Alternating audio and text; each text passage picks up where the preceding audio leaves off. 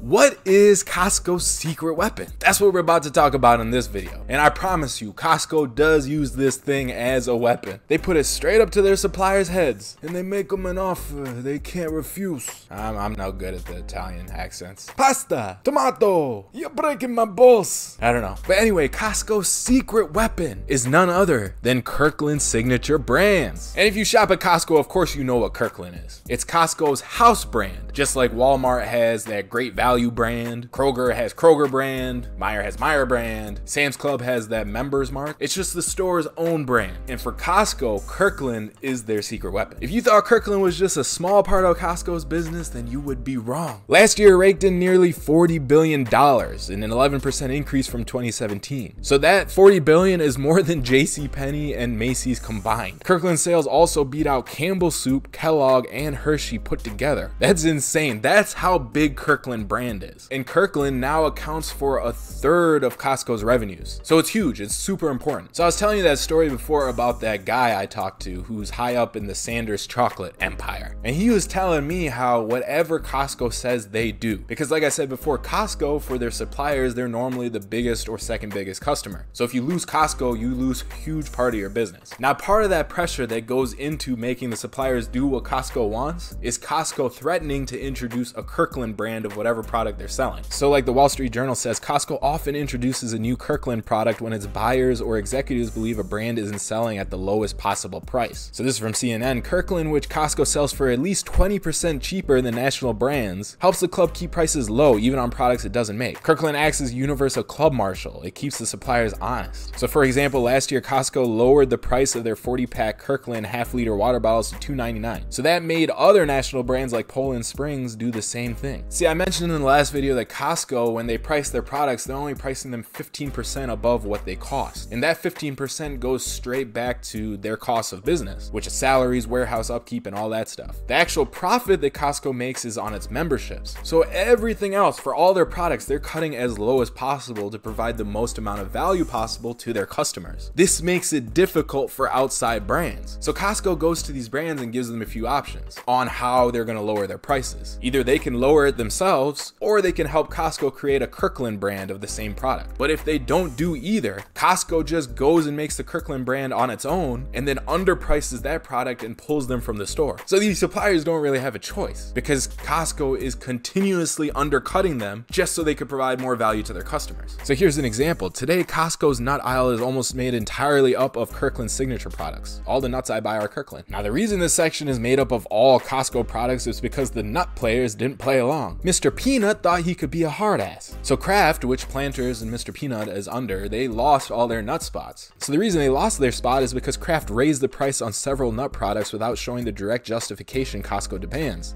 like an increase in nut prices. And then they declined Costco's offer to make the Kirkland products that they were going to introduce. So you're not allowed to just raise prices when it comes to Costco. You got to give them direct documentation about why you're raising those prices. Because in Costco's mind, they're just trying to keep that 15% markup, just covering costs, that's it. So since Kraft did that, only a handful of Planters products have been sold at Costco. And Costco has an advantage because of their size. They can buy nuts at lower prices than most consumer goods companies. Even Kraft, they're competing with Kraft. That's how big Costco is. To make Kirkland branded items, Costco looks for products that are top sellers and that can be sold for at least 20% less than branded versions without eroding profit or quality. And the reason they can actually do this and the other manufacturers can't is because Costco doesn't spend anything on advertising. Costco is such a strong brand itself, and on top of that, Kirkland has become a really strong brand within Costco. Because like we said in the last videos, Costco is all about quality. So normally when you go to a store like Walmart and you see the great value version compared to the brand name version, you know the great value one is a great value, but it's a shittier product. It's not going to taste as good. Costco though, people have no problem buying Kirkland. I buy Kirkland everything because the quality is not only as good as the brand name, but in my opinion, it's actually better. I love Kirkland stuff. So they don't have to spend any money on fancy boxes or advertising, display shelves, any of that. Because everybody knows, because the brand is strong enough, that Kirkland equals quality. So the only way that these brands still exist in Costco, with Kirkland and Costco doing what they're doing, is that they have to create differentiated products. So one good example is Kind bars and what happened with those. So about 3 years ago, Costco buyers calculated that a Kirkland bar similar to a Kind bar would be 30% cheaper, mostly by cutting marketing costs. See, that's really where Costco can save. So Kind bars sold for about $18 for a pack of 18, so $1 a bar. and they actually sold a lot of those. So it was a great product for Costco, and it was hard to walk away from those sales. But when almond prices dropped in 2016, Costco decided to go ahead and create their Kirkland version. So they developed that product in about 5 months, and now they sell a 30 pack for $17. So Kind was selling 18 for 18 bucks. Kirkland is selling 30 for 17 bucks. Much better deal. Everyone's happy with these Kirkland bars, and they're all getting it for a cheaper, much cheaper price. So are Kind bars still in Costco? Yes, they're just differentiated now. So Kind bars are still carried at Costco, though mostly new varieties, including fruit bars, mini nut bars, and peanut-free bars. So this Kind spokeswoman says, "We look forward to continuing to grow with them." So Kind lost out on its signature bar, but is still able to move other products through the same store. But I'm sure it's only a matter of time before Kirkland takes over those too. Kirkland is constantly pushing forward, undercutting, and making more value for the customer. So like I said before, Costco is kind of like a services company. One of their services is curation, finding the best brands and giving you the best quality. And now another service is kind of just fighting for consumer good. They are constantly on all these suppliers' cases to reduce their prices. And if they don't, they kick them out. They undercut them. And I don't know, I feel pretty good having Costco in my corner. The things that they do just develops that trust. And that's why I've been a Costco member for so many years. Oh, fun fact about why Kirkland is called Kirkland. It's because it's named after the city that hosts Costco's corporate headquarters, Kirkland, Washington. I don't know, I never liked the name Kirkland, but I love what it represents. Now there is some risk though with Kirkland being such a big product for Costco. Because it's so big and a third of the business operates off of it, if anything happens to that brand, Costco is going to take a huge hit. In its annual securities filings, Costco warns investors that sales and profit margin would suffer if Kirkland experiences a loss of member acceptance or confidence. Rivals do not have similar warnings for a single brand, a sign of Costco's reliance on their brand. So Costco can't just put out crap products on the Kirkland brand. They really got to protect that name, which I don't think they'll have a problem with because they have really solid values,